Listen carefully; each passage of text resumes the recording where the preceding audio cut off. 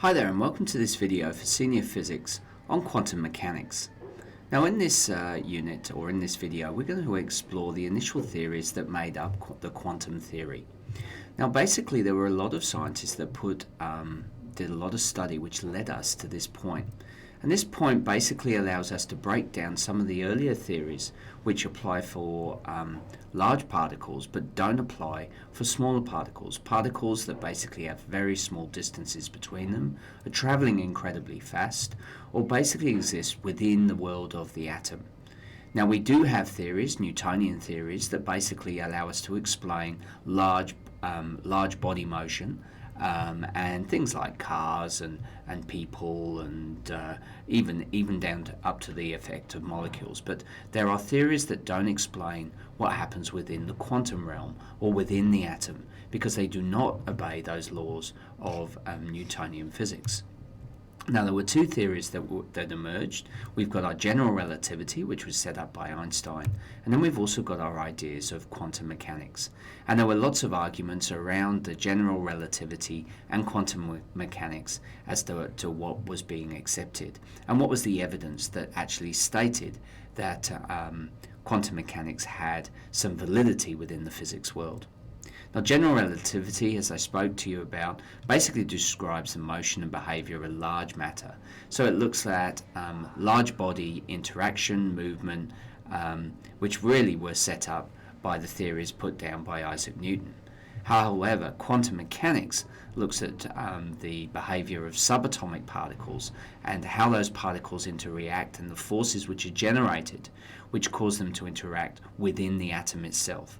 And basically they make up the standard model for particle physics. And from this we were able to ascertain what the atom was really like. Remember, at this stage, from the evidence found by Ernest Rutherford, all we know is that we've got a dense nucleus which is positively charged with some electrons spinning around the outside, and that's about as far as the theory took us. However, quantum mechanics has allowed us to talk about shell structure and the number of electrons which basically exist within the and the position of those electrons which exist within the atom. Okay, so let's have a look at some of the theories. Well, we know that quantum theory allows us to explain electromagnetic force, and this is the force which allows us to hold the electrons within the atom. It's the forces which exist between the nucleus and the electron itself. It also allows us to explain the strong nuclear force. Now remember, the strong nuclear force is the force which holds the nucleus together. Note that the proton is positively charged. Because it's positively charged, it means it's going to repel like protons. Obviously we've got neutrons which are have a neutral charge, and they space the particles, the positive particles, apart.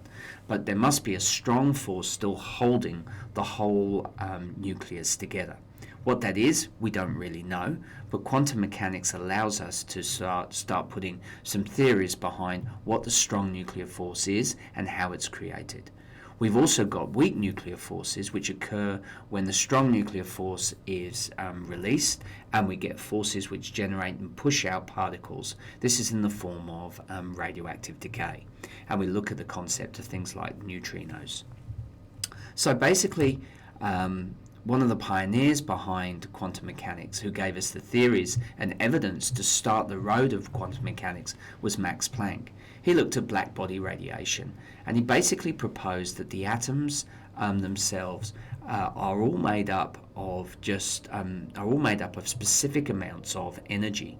Hence, that energy is quantized. A quanta, basically a certain amount, a specific amount of energy which may exist within particles. Now, he did a lot of work with light, and from this he basically ascertained that a certain frequency of light basically would emit a certain amount of energy.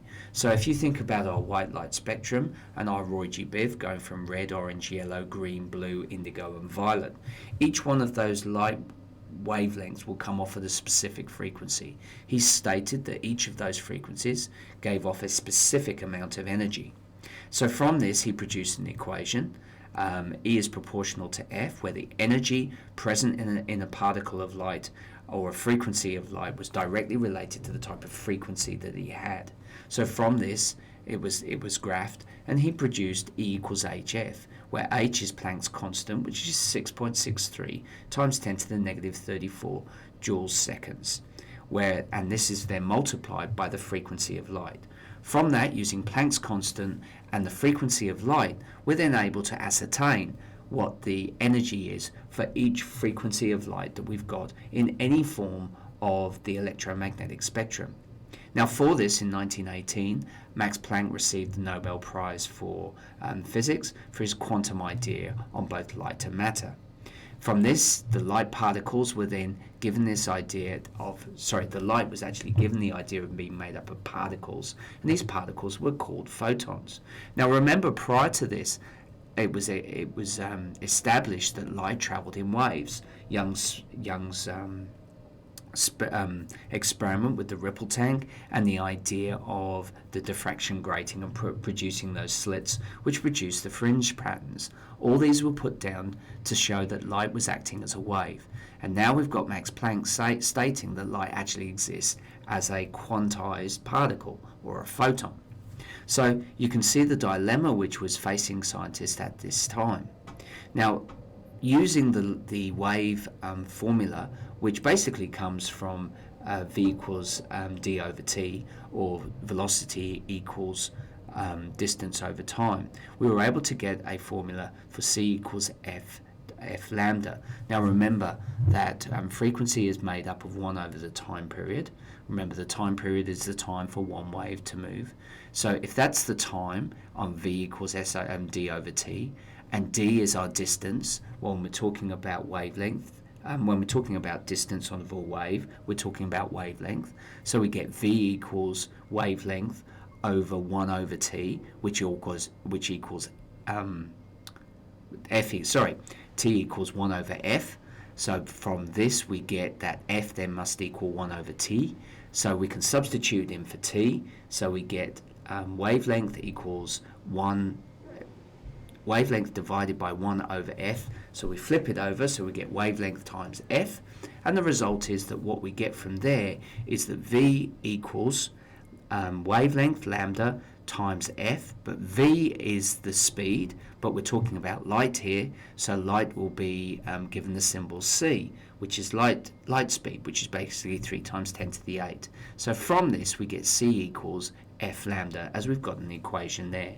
Then we can substitute that into E equals hf, so that if we make f the subject, we get c is divided by lambda, so we substitute that into f, so we also get an equation which is the energy of a specific frequency or wavelength of light is basically hc over lambda, or the wavelength.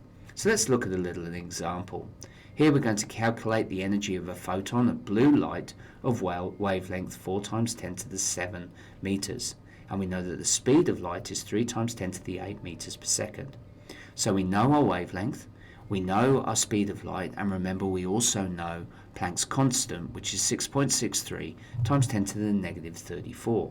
So we substitute that into our equation. We can find our frequency, or we can substitute it in, as I said, in that previous equation, and as a result we end up with 5 times 10 to the negative 19 joules. So in this case we've used our frequency, we've calculated our frequency, we've substituted it into E equals hf, and then we found our answer. However, we could have done E equals hc over f, and just use over lambda, and substituted in 4 times 10 to the negative 7 meters. Either one would work.